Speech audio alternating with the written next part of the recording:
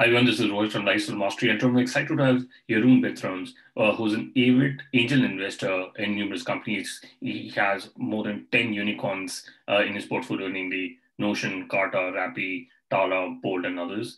Next to investing to startups, Jeroen helps companies grow faster and smarter. He combines true business sense with deep knowledge of digital marketing. He's also an author of 10 books on online strategy and digital marketing with 7 bestsellers. He's a frequent guest at Business News Radio, where he charges pitches from startups and provides commentary on startups. Welcome to the show, Jeroen. Thank you. Awesome. So, you've been an angel investor for quite a while. You run your own syndicate. So, what got you interested to be in this crazy world of venture capital? Yeah, well, I used to have my own company, and at some point I had an exit, and so I had some proceeds from that, and I was looking to invest in companies, but it's a tough business. It's not easy to invest in companies. I put some money in some companies because I trusted the guys, and they had great stories, but the first 3 ones failed, I guess, so I lost all my money.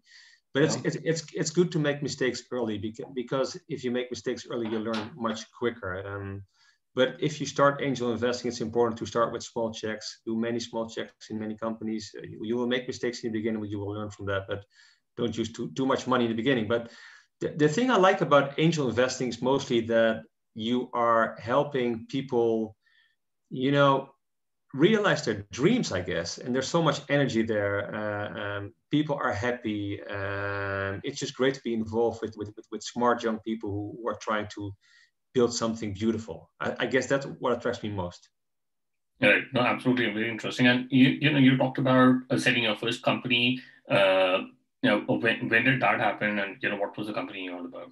Yeah, so the company started in about 2000, so a long time ago. And in hindsight, we actually built a marketplace, because what we did is that we let people, consumers, apply for loans and mortgages and insurances, and they came to our platform, and we sold those leads to banks, insurers, and mortgage providers.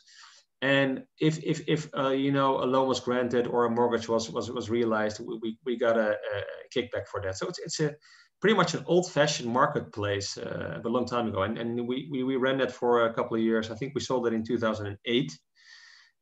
And at that time, I started investing first in VC funds, actually. And at some point, I thought, well, I want to be more involved with the companies that I see, and that's when I started angel investing, I guess. Interesting. And you mentioned about realizing the dreams of the founders.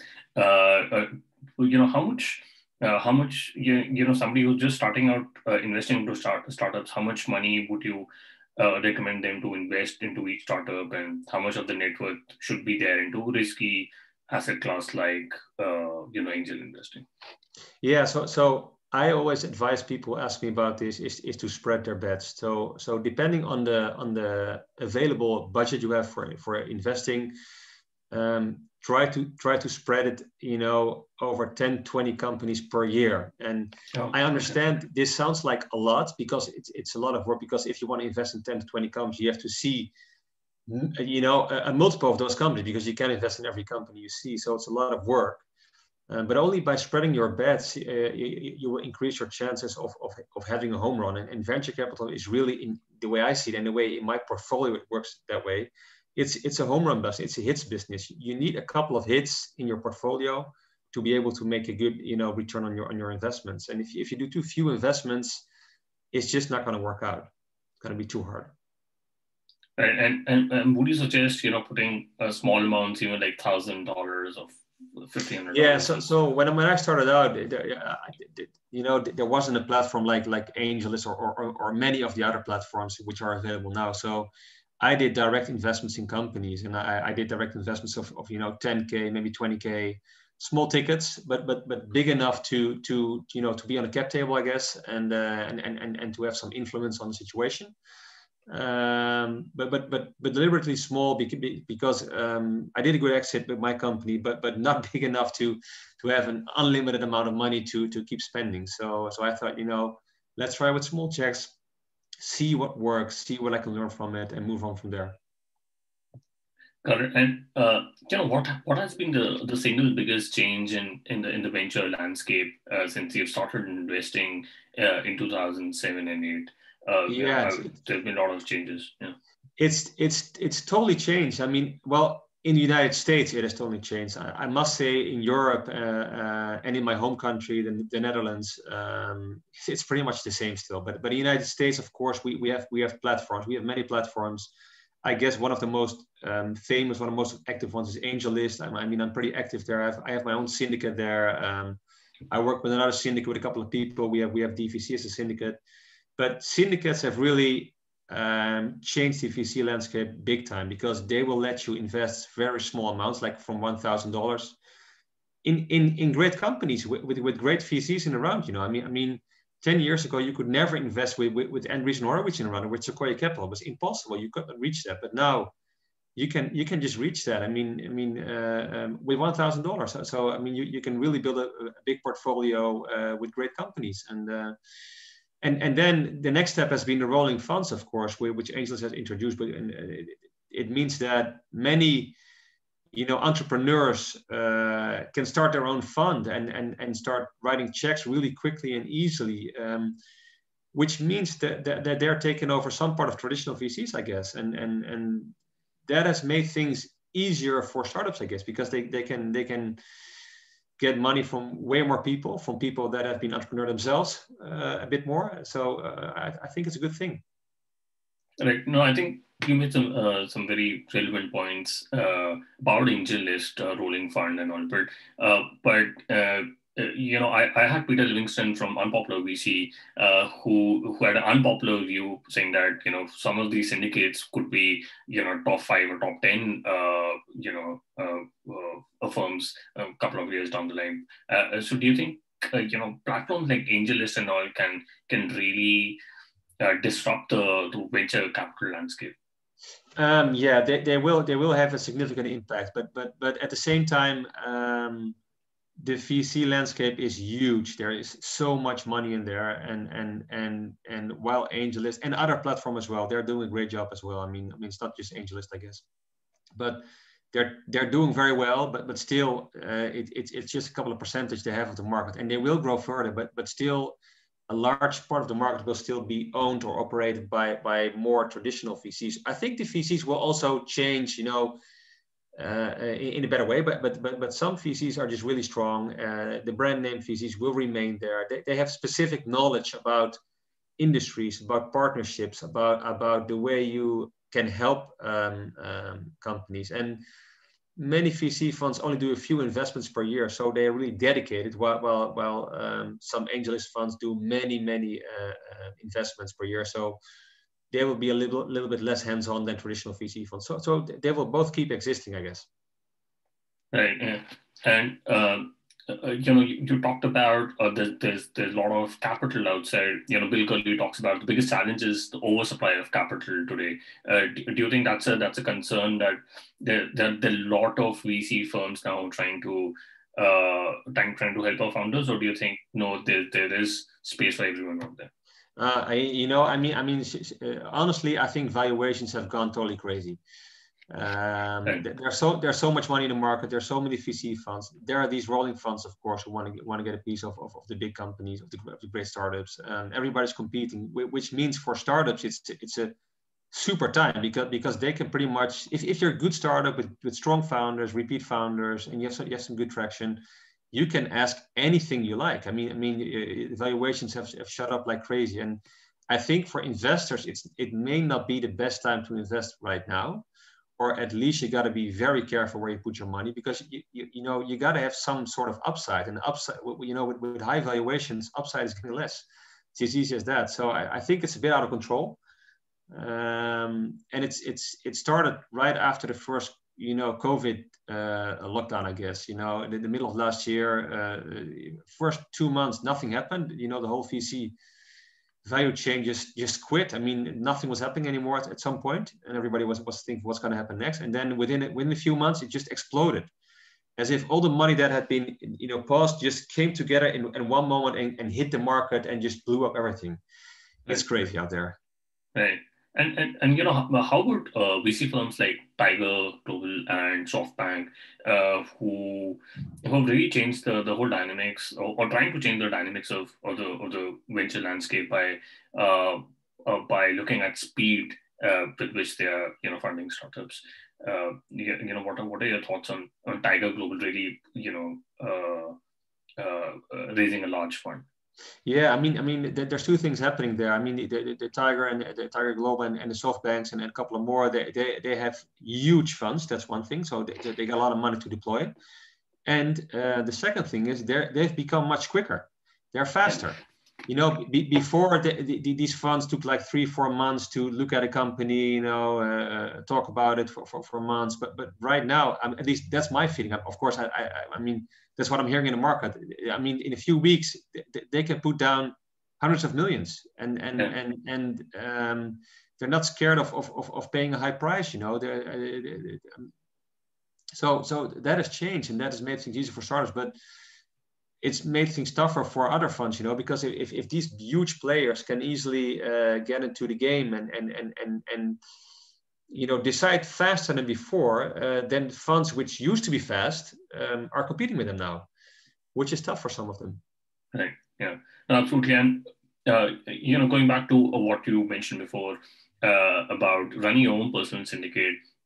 What is the thesis for the syndicate that you run? Are you state, sector, and geography agnostic? Yeah, so for my personal syndicate, I look for B2B SaaS companies. Well, I like any company which has recurring revenue. Right. Because I understand the game. I used to have a company which had the same, so I understand how to analyze these kinds of companies, and I think.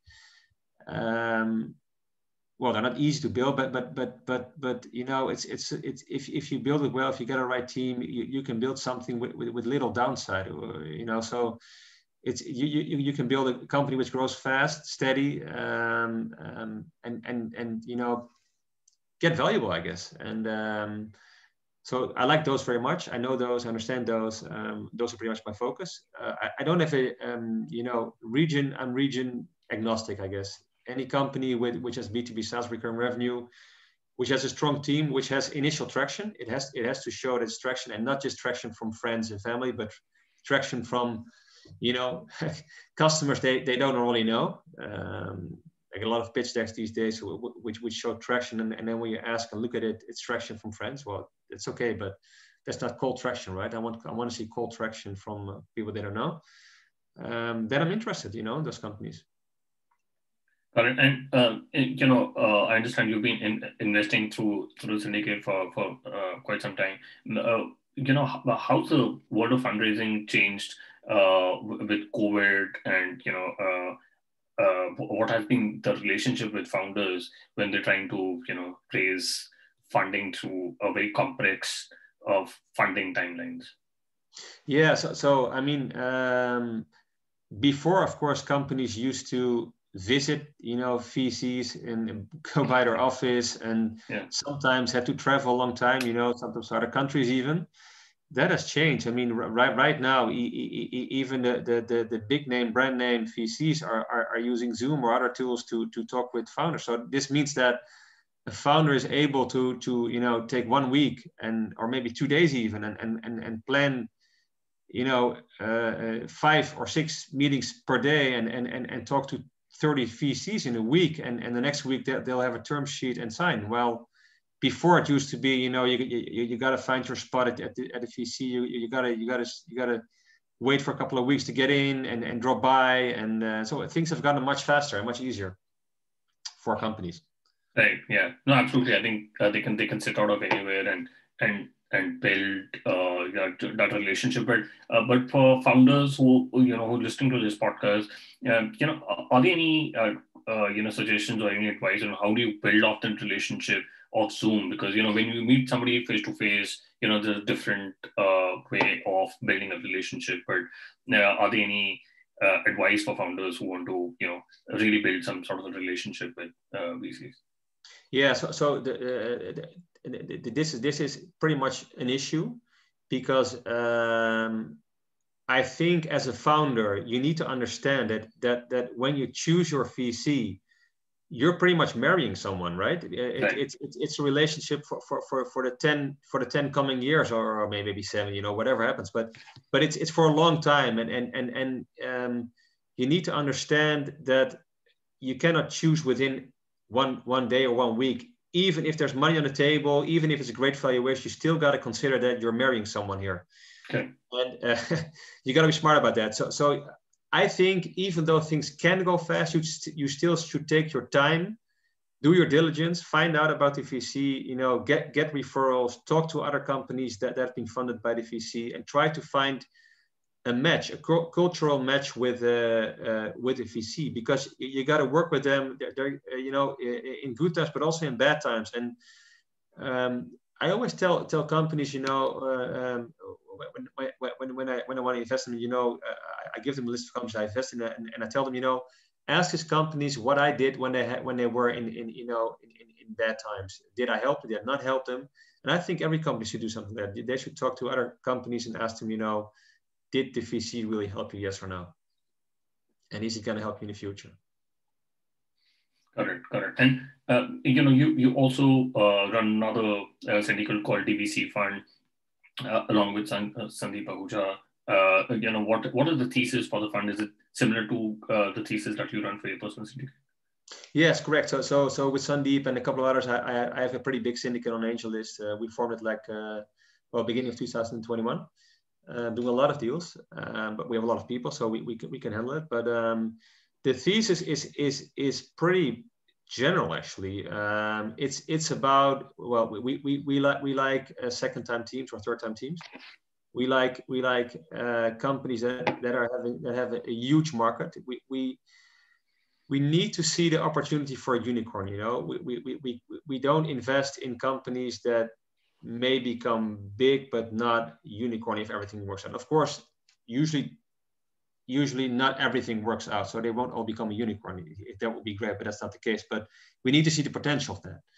Needs to be able to get big. A great team, good traction. Obviously, we need to see traction. We need to understand or see and believe that people will want to buy the product that they're making. And of course, what we look at is other investors in the round. And this is important because as a syndicate, we have limited capacity to do due diligence. We do due diligence, absolutely. We try to talk to customers. We look at everything they do. We look at their deck, of course. We look at their financials. We ask access to a data room. But at the same time, a VC, usually as analysts, as people, really diving in, taking a week or two to pretty much dissect everything that the company does. So if you have VCs in a round, that gives you some sort, of security that a strong due diligence has been performed. And it gives you some kind of indication that, well, if a certain VC believes in this company, then the chances are a bit higher that it may become a success. Interesting. And when it comes to market size, how do you assess market size and market timing when you looking to invest into startups? It's really tough. I mean, honestly, every pitch deck, pretty much states that they have a 30 billion market or a 100 billion market. They say they'll be a 100 million ARR company within 3 years. I mean, if his pitch does not have that slide, I mean, that's strange. Every pitch deck has that slide. But so we try to really do our own calculations and see if it makes sense what they're saying. And we don't need to see a 100 billion market as long as we have the feeling that the company is able to grow this much that it could become a unicorn, and that could be in a smaller market as well. If it just takes a bigger market percentage, that's fine. But overall, the numbers in pitch decks are pretty much inflated. That's okay. Everybody does it. We know that it works like that, and we try to think of those numbers well. What if we divide the numbers by 2 or by 3 or by 4? Is it still an interesting deal? It's still interesting company, still interesting market size for us. If it's a no, we got to dive in for it. If it's a yes, there's a bigger chance we'll go further with them. Got it. And what are your thoughts on especially for consumer companies, what are your thoughts on CAC to LTV ratios? Do you think at early stage founders should they focus on CAC to LTV ratios? And yeah, so in the beginning of a company, it's tough because your acquisition costs are usually a lot higher because you have no brand, you have no people talking about you. So the cost will be relatively high, you know. So if you focus too much on the ratio, you'll probably end up not investing in companies that may become big, just because you think, well, the acquisition costs are too high right now. So in the beginning, the pre-seed phase, you shouldn't look too much at that, I guess. Well, from seed on, you should look at that. If they get traction, you need to see that there's that the graph shows that the ratio, you know, is getting healthier, it's getting better. And one thing which is important is that founders need to understand that customer acquisition costs will go down in the beginning, you know, seed stage, maybe Series A stage, but at some point they're gonna go up again. Even if you build a brand, it's still gonna be more expensive to get more and more customers. And I see most biz techs say that the acquisition costs will continuously go down, which is never the case. I've never seen a company, maybe once or twice when there's a super brand, but at some point the costs are gonna go up. So you need to understand that as a founder, because if you think you're gonna spend less and less on new customers, even when you're growing further and further, that's not the case. I mean, then you're gonna spend too much. You won't have enough money to keep on spending that. So you gotta be realistic about this, understand this, and know how to play this game. And you know, how should founders look at presenting these metrics to their investors? Are there any certain metrics that you think, you know, founders should be specific about and should present it to investors? Yeah, so I think they should always have a slide where they in their deck where they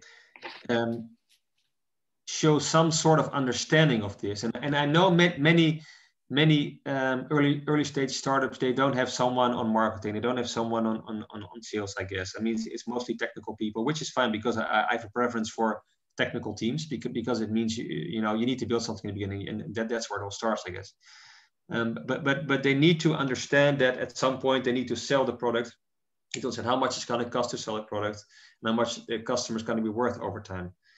If they just write down that how they're going to, you know, approach this and show some sort of understanding that how these costs will go over time, it gives me a little bit more confidence. But often that's not even in the pitch deck.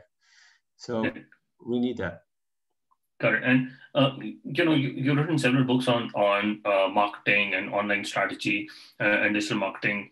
You know, when the founder is really starting off the company, you know, he's looking at you know, doing a lot of cold calling or word of mouth strategy. But you know, how much of the budget, you know, should they allocate on digital marketing, and how soon should they look at these online channels to start acquiring customers? Yes, well, it depends on the type of company and the type of, you know, the type of people or customers that they want to reach. But overall, the online channel is pretty cheap. Yeah. You do need to find the right channel. You need to test a lot. You need to test every channel available, even channels that you think will not be worth it. You still need to test it.